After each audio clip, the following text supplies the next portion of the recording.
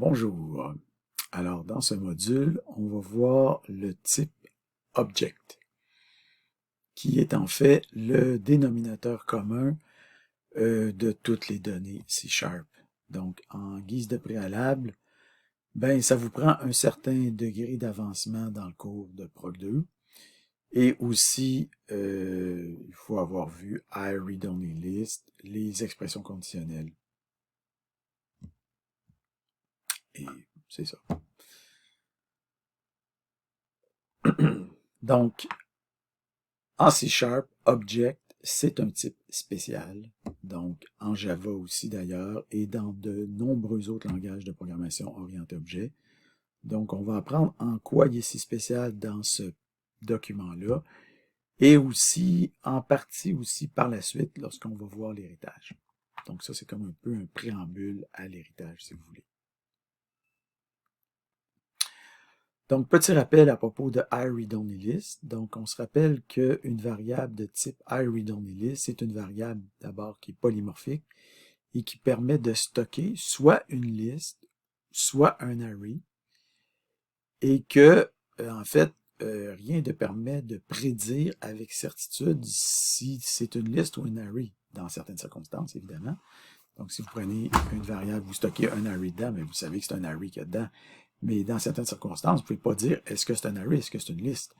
Donc, par exemple, ici, on a une variable de type iRead-Only-List et on crée d'abord une liste et un array. Et ici, selon le nombre aléatoire qui va être obtenu, on va stocker soit une liste, soit un array. Donc, il n'y a rien qui permet de dire est-ce que c'est une liste, est-ce que c'est un array. Donc, l'idée, c'est juste de dire que le type iRead-Only-List permet de stocker soit une liste, soit un array, et on ne peut pas dire c'est quoi vraiment qu'il y a de là. Donc, c'est un type qui est polymorphique. Polymorphique, ça veut dire qu'on peut stocker une chose ou une autre, puis on ne sait pas. On peut stocker des pommes et des oranges dans la même variable.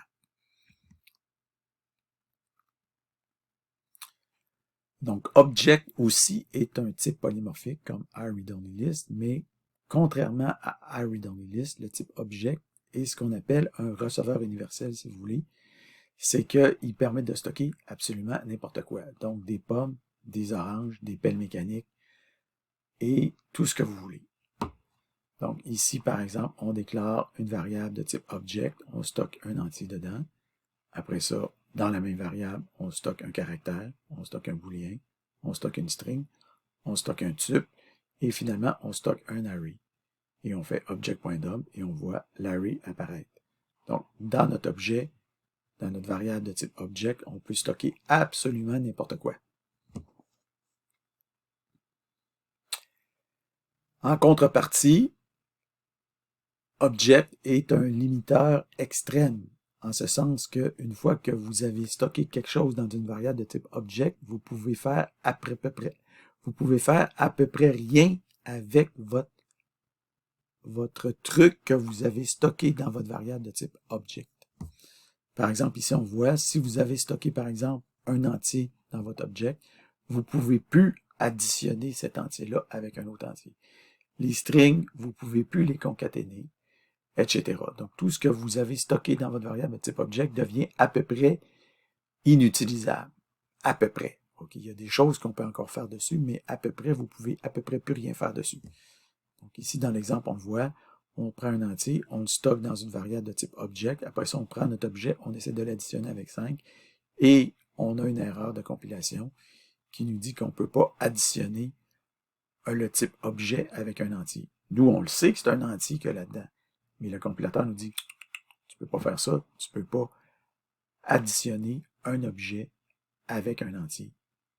Parce que pour le compilateur, dans l'objet, il peut avoir n'importe quoi. C'est pas nécessairement un entier qu'il y a. Ça peut être un caractère, ça peut être une string, ça peut être un tuple, ça peut être n'importe quoi. Donc, comme ça peut être n'importe quoi, il dit, tu peux pas l'additionner.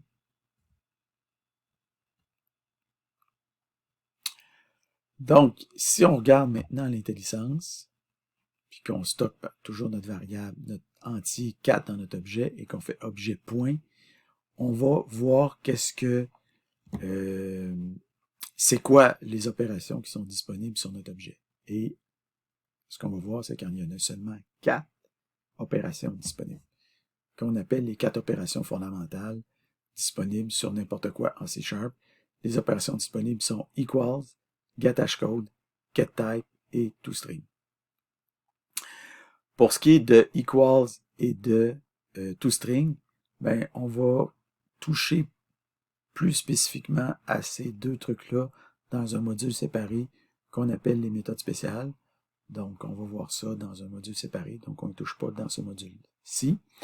Pour ce qui est de getHashcode, on ne couvrira pas ça en Prog 2, on va voir ça en Prog 3. Donc, la seule méthode à laquelle on va s'intéresser dans ce PowerPoint-là, c'est la méthode getType. Donc, concernant la méthode getType, la méthode getType peut être utilisée pour, étant donné un objet ou une valeur, peu importe quoi, pour aller chercher c'est quoi son type. Donc, par exemple, ici, on prend une variable de type objet, on prend l'entier 4 et on le stocke dans cette variable-là. Après ça, on fait objet.getType, .dom, et qu'est-ce qu'on retrouve? On retrouve type of int, autrement dit, c'est un entier. Donc, on est capable d'interroger l'objet qui est dans notre variable, puis de lui demander, « Hey, c'est quoi ton type? » Et l'objet va nous dire, « Ben, mon type, c'est entier. » Même chose, on pourrait aussi non seulement interroger l'objet en question, on pourrait directement interroger un nombre, puis lui dire, « Hey, 20, c'est quoi ton type? » Et 20 va nous dire, « Ben, mon type, c'est entier. » Et on peut même interroger, on peut même demander au type int, c'est quoi son type? Et le type int va nous dire, ben mon type c'est entier. Donc type of int, il va nous dire que type of int, mon type c'est entier. Si c'est un point int 32.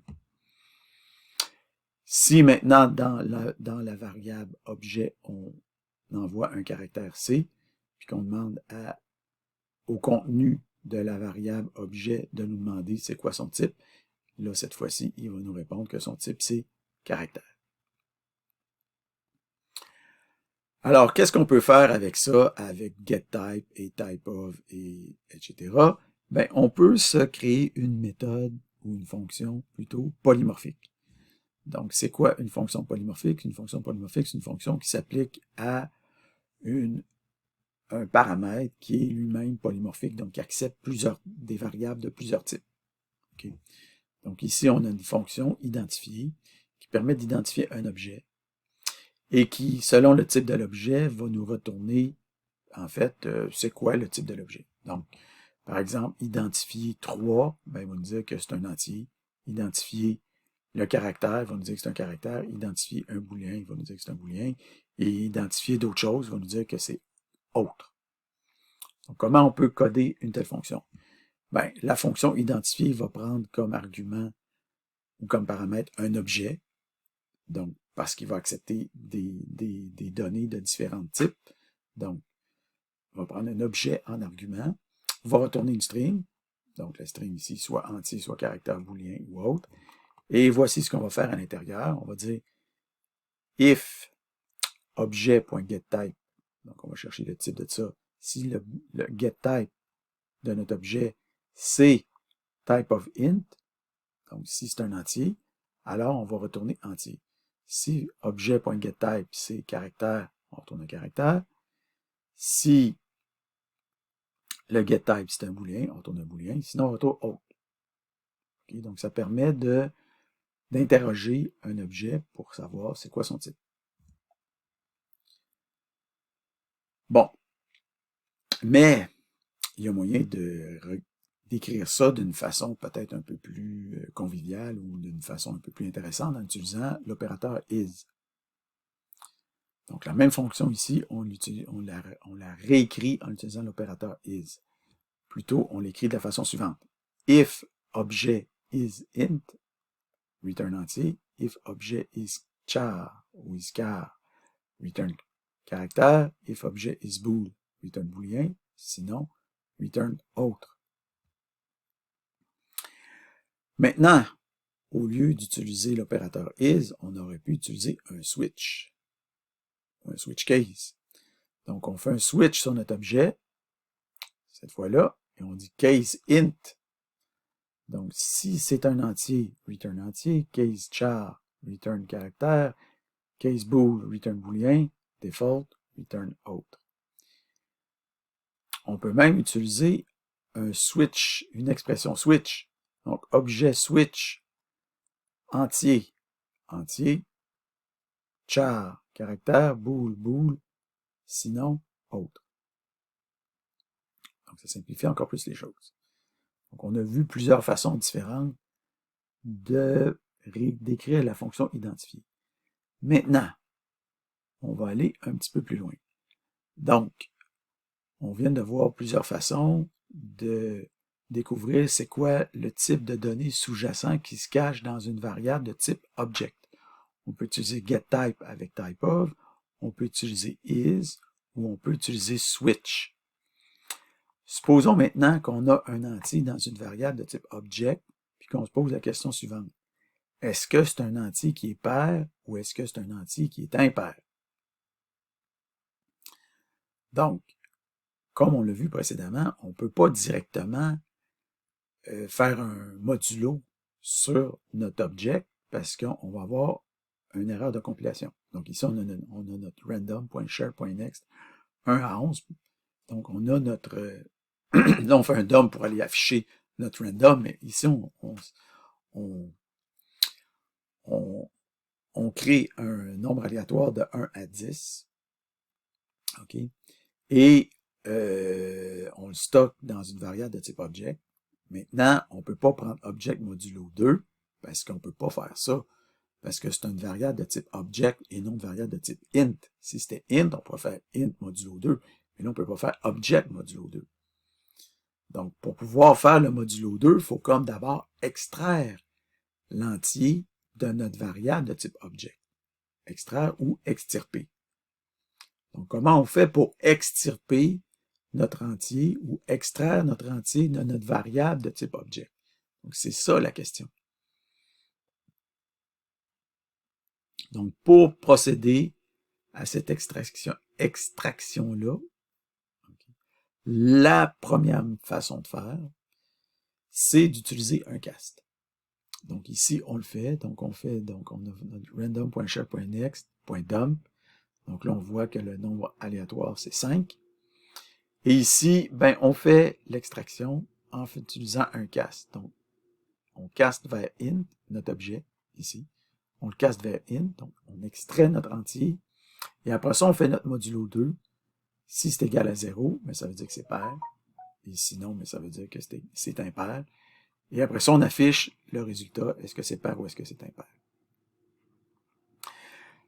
Le problème des castes, c'est que si jamais on se trompe de type, ici on a mis le type entier, et si on se trompe de type, ben on va avoir une exception.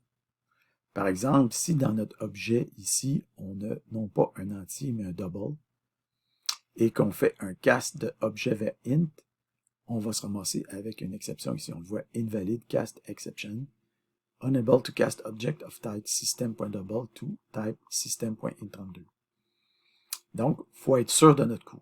Donc, quand on fait un cast, il faut absolument être certain qu'on fait le cast vers le bon type. Ça ne veut pas dire qu'il ne faut pas utiliser un cast, mais il ne faut pas se tromper. Donc, comment on pourrait utiliser notre cast dans notre fonction identifiée maintenant? Donc, on revient à la première mouture de la fonction qu'on avait. Donc, on avait notre fonction if object.getType égale type of int. Donc, si c'est un entier, là, on le sait qu'on peut caster vers entier. Donc, si notre objet est un entier, alors on va caster notre objet vers un entier ici, et on va faire notre modulo 2. Et si c'est 0, ben return entier pair, sinon return entier impair. Et sinon, ben là on continue. Si c'est un caractère, return caractère, sinon return autre. Donc on fait identifier 3, entier impair, identifier 8, entier pair, identifier arrobas caractère, identifier 3.4, autre. Maintenant, on peut faire mieux que ça en utilisant un cast automatique et sécuritaire avec l'opérateur is. Donc ici, qu'est-ce qu'on fait? On fait if object is. Donc ici, on a juste en dessous, on voit object is char, object is bool. Mais ici, ce qu'on peut faire, c'est object is int i. On peut rajouter le i pour que quand on fait le is int, on rajoute le i, puis qui va nous donner l'entier correspondant au type qui précède. Donc, si c'est un entier, alors stocke cet entier dans la variable i. Après ça, ça nous permet d'utiliser la variable i en dessous, dans le if. Okay? Donc ici, c'est ce qu'on fait. Si l'objet est un entier i, alors qu'est-ce qu'on fait? Return i modulo 2 égale 0. Donc ici, c'est un ternaire. Donc si l'entier i qu'on a ici, modulo 2 égale 0, alors retournez entier pair, sinon retournez entier impair.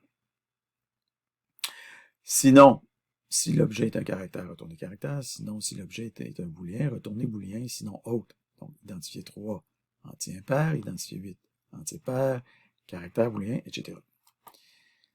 La même chose qu'on peut faire avec un is, on peut le faire avec un switch. Ici, on a une expression switch, mais avec l'autre type de switch, ça marchera aussi.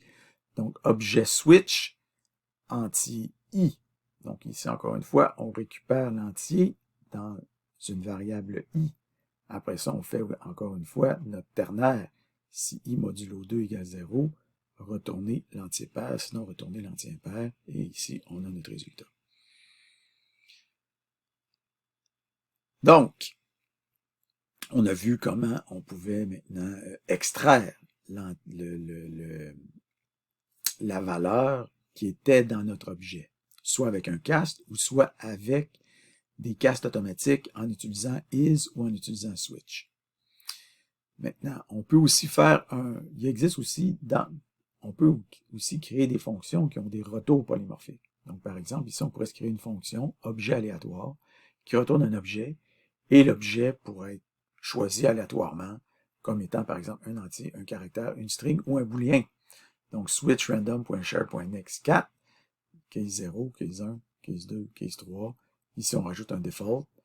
Et notre default, ben, par défaut, c'est le case 3 qui s'applique. Donc, go to case 3 pour faire un return true.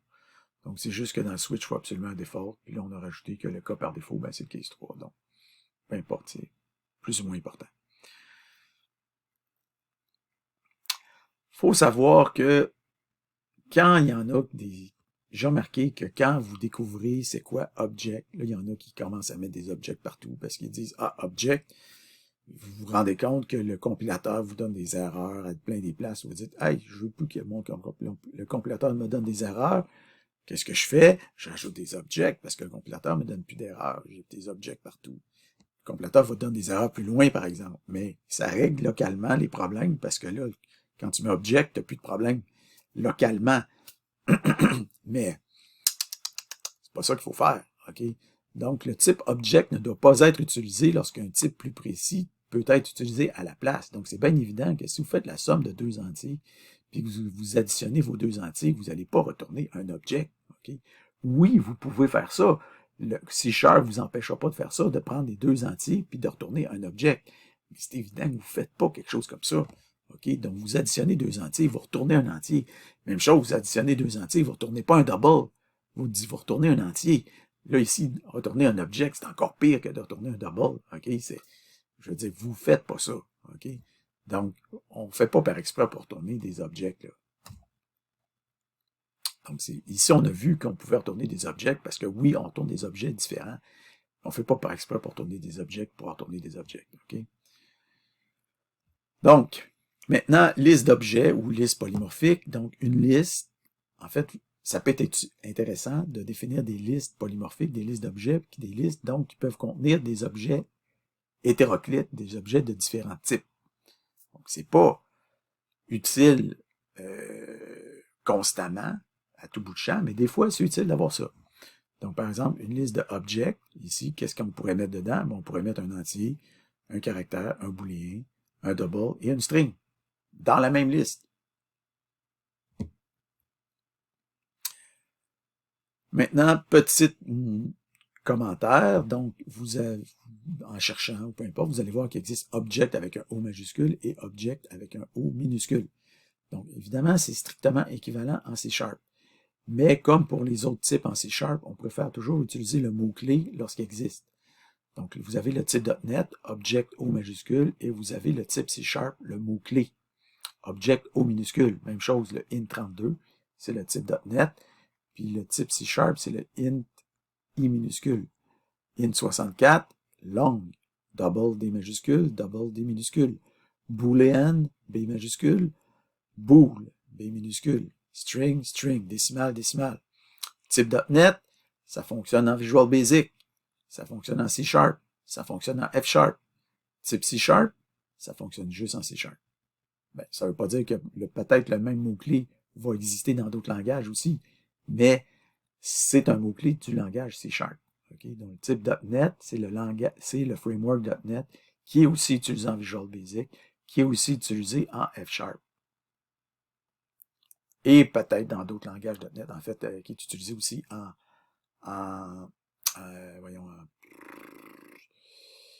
PowerShell. Okay? Donc, nous, en C#, quand on programme en C#, on utilise ces types-là plutôt que ces types-là autant que possible. Okay? Autant que possible, mais c'est équivalent. Rigoureusement équivalent. Donc, le default du type object, c'est nul. Okay? Donc, par conséquent, object, c'est un type référence, puis les données qui contiennent sont stockées en mémoire dynamique, donc le heap. Donc, le default d'object, c'est nul.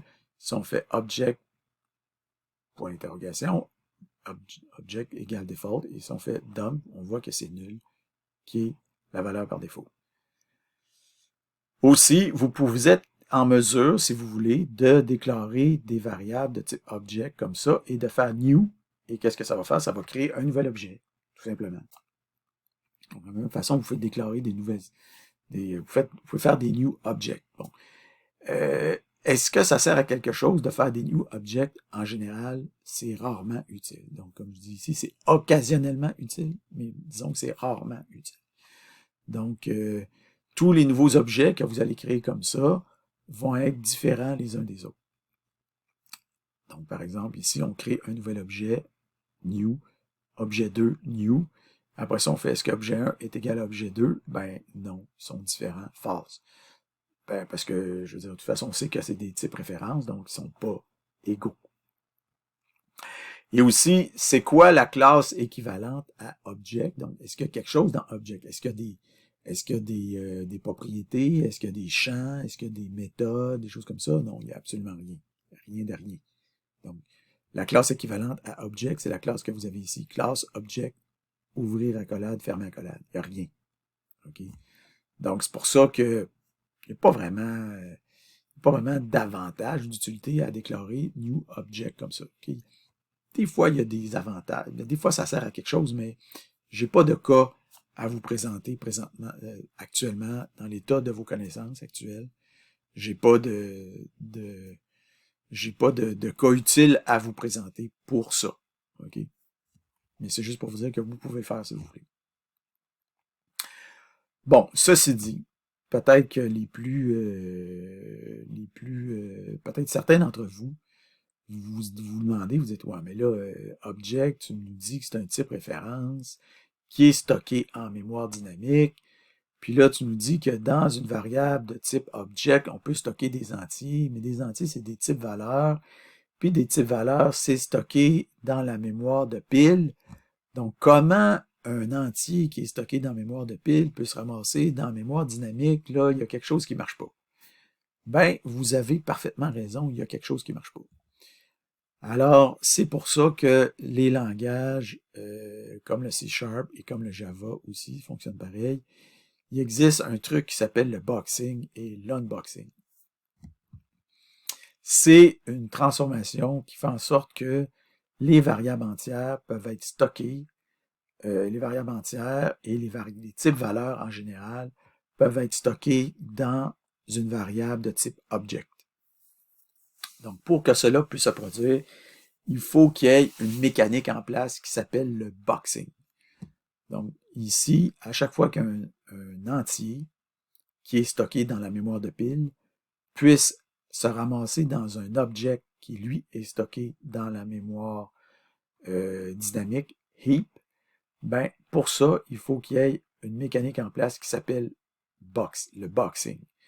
Et inversement, chaque fois que un objet comme ça, qui est entier, qu'on fait un cast comme ça, qui part de la mémoire heap, puis qui est ramené vers la mémoire de pile, vers une variable de type entière comme ça, il doit se produire ce qu'on appelle un unboxing, c'est-à-dire la transformation inverse.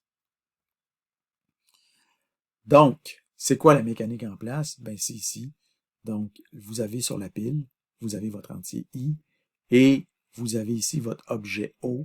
On veut copier l'entier I dans l'objet O. On veut le copier ou le transférer.